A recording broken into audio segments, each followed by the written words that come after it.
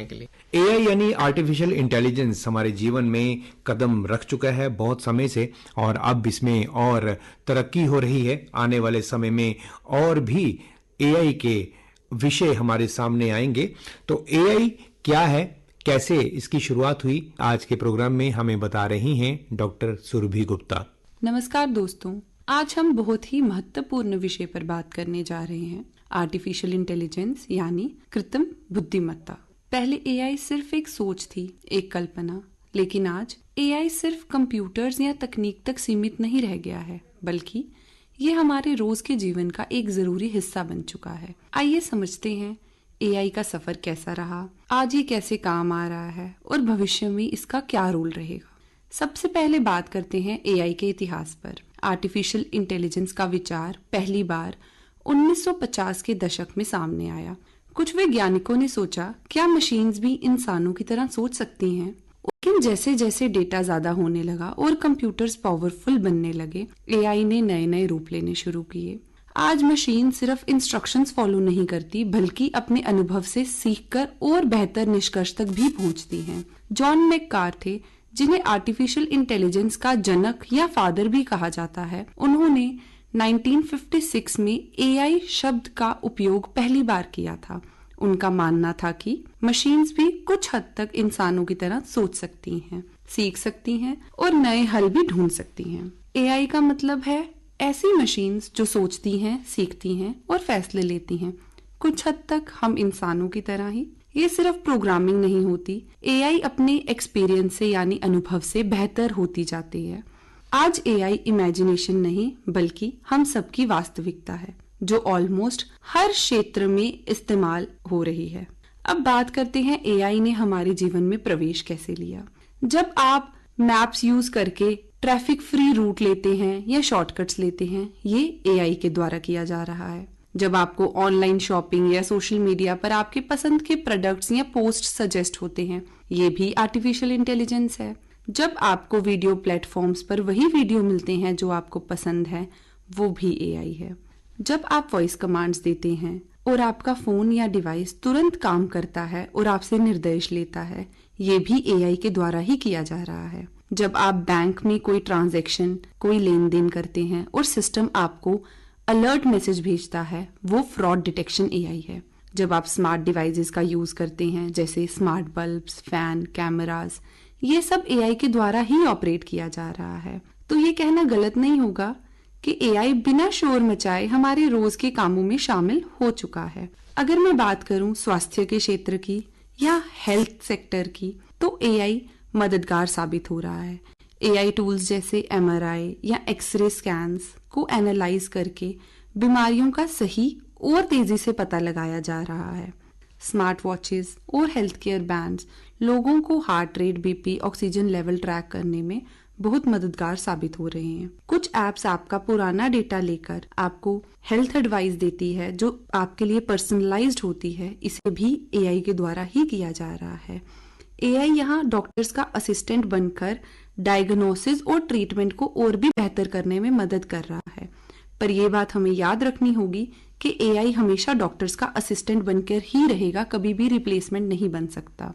अगर मैं बात करूं एग्रीकल्चर यानी कृषि क्षेत्र की, तो एआई सिर्फ शहरों तक सीमित नहीं है, गांव और खेती में भी इसका उपयोग बढ़ रहा है। किसान एआई की मदद से मौसम की सही जानकारी ले सकता है, मिट्टी की क्वालिटी, सही बीज चुनना, यहाँ तक कि कौन सी फसल कब और कैसे उगानी है, इसमें भी एआई सहायक है। ग्रामीण इलाकों में टेलीमेडिसिन और ऑनलाइन एजुकेशन जैसे नए तरीके एआई से संभव हो पा रहे हैं। अब बात करते हैं एक बहुत अहम मुद्दे पर, जो कि है एआई और जॉब्स। कुछ लोगों का कंसर्न होता है कि एआई के आने से जॉब्स चली जाएंगी। हाँ, कुछ रिपीट होने वाले काम एआई से ऑटोमेट जरूर हो सकते हैं, बल्कि मैं कहूंगी कि हो रहे हैं। लेकिन साथ ही एआई के आने से नए जॉब रोल्स भी बन रहे हैं, जैसे AI developer, data analyst, prompt engineer, machine learning expert.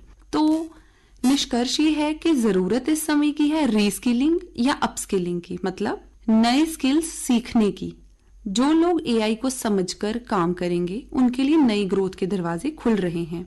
दूसरा अहम पहलू ये है कि जब मशीन्स डिसीजंस लेने लगेंगी तो क्या कुछ इम्पोर्टेंट सवाल उठते हैं, जैसे क्या एआई का डिसीजन या मशीन का डिसीजन बायस फ्री या इम्पार्शियल है? क्या हमारा पर्सनल डेटा सेफ है? क्या एआई के डिसीजन ट्रांसपेरेंट है? हमें चाहिए कि एआई को ऐसे डिजाइन करें जो इंसानी मूल्यों के अनुकूल हो। ये हम सबकी जिम्मेदारी है। अब अगर बात करें कि एआई का भविष्य यानी कल कैसा दिखेगा, तो आने वाले दिनों में एआई और भी एडवांस होगा। स्मार्ट सिटीज बनेंगी, ट्रैफिक, एनर्जी और हमारे सेफ्टी सिस्टम्स भी एआई से ही कंट्रोल होंगे।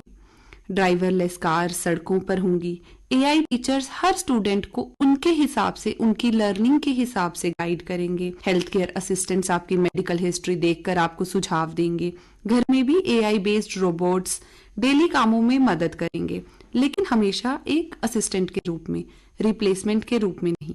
दोस्तों, एआई के लाभ तो हमने समझे, लेकिन आज के समय में एक और चैलेंज है डीप फेक्स का। ऐसी फोटोज, वीडियोस या ऑडियोज जो बिल्कुल असली लगती हैं, लेकिन वो बनाई गई हैं एआई के थ्रू, जिन्हें कहते हैं एआई जनरेटेड इमेजेस या एआई जनरेटेड कंटेंट। तो अब सवाल ये आता है कि इस एआई को हम जिम्मेदारी से कैसे इस्तेमाल करें। सबसे पहले सोच समझकर कंटेंट शेयर करें। जैसे कि आपने कोई शॉकिंग या इमोशनल वीडियो देखी, तुरंत फॉरवर्ड मत करें। सोचिए, क्या ये सच है?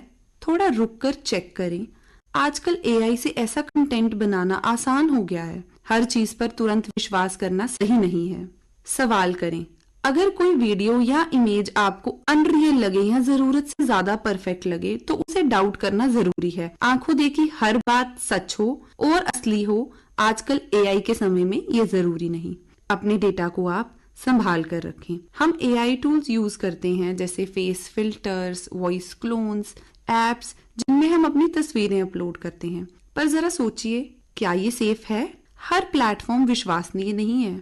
आपका डेटा आपकी जिम्मेदारी है। एआई का उपयोग पॉजिटिव चीजों के लिए करें। एआई से हम कहानी लिख सकते हैं, म्यूजिक कंपोज कर सकते हैं, आर्ट डिजाइन कर सकते हैं। लेकिन अगर हम इसी एआई का इस्तेमाल किसी को धोखा देने के लिए करें तो ये समाज और इंसानियत दोनों के लिए ही खतरा है। एआई हमेशा असिस्ट के लिए यूज कीजिए, मिसलीड के लिए नहीं। अपने आसपास के लोगों को गाइड करें। बच्चे, बुजुर्ग, सबको एआई का बेसिक अवेयरनेस होना चाहिए। उन्हें समझाइए कि हर फोटो या न्यूज सच नहीं होती। उन्हें फैक्ट चेक करना सिखाइए। डीप फेक चेक करने वाले टूल्स का यूज सीखिए। आज कुछ ऐसी वेबसाइट्स और एप्स भी हैं जो बता सकती हैं कि वीडियो असली है या नहीं। जैसे जैसे एआई बढ़ रहा है, वैसे वैसे हमें भी टेक सेवी बनना पड़ेगा। एआई से डरना नहीं, लेकिन समझदारी से इस्तेमाल करना है। तो दोस्तों, चलिए हम एआई का समझदारी से उपयोग करें, ना सिर्फ खुद के लिए बल्कि अपने परिवार, अपने समाज और देश के लिए। एआई पावरफुल है, लेकिन सबसे बड़ी पावर है हमारा विवेक। तो दोस्तों, आज का अंतिम विचार है, एआई को समझना जरूरी है। एआई एक तकनीक है, लेकिन इसे कैसे इस्तेमाल किया जाता है ये इंसान पर निर्भर करता है। एआई से डरना नहीं, लेकिन समझदारी से इस्तेमाल करना है। जैसे बिजली एक अच्छी चीज है, पर उसका गलत उपयोग हमें जला भी सकता है, वैसे ही एआई का मिसयूज सोसाइटी के लिए खतरनाक भी हो सकता है। आर्टिफिशियल इंटेलिजेंस हमारा फ्यूचर नहीं बल्कि हमारा प्रेजेंट है। मैं आशा करती हूँ कि ये छोटी सी चर्चा आपके लिए रोचक रही होगी और आपको नए नजरिए दिए होंगे। धन्यवाद। जय हिंद। आर्टिफिशियल इंटेलिजेंस के बारे में हमें बता रही थी आज के प्रोग्राम में डॉक्टर सुरभि गुप्ता। तो एआई से सभी जुड़े हैं और आने वाले समय में और ज्यादा जुड़ेंगे, लेकिन एआई का इस्तेमाल, आर्टिफिशियल इंटेलिजेंस का इस्तेमाल मानव हित में ही होना चाहिए।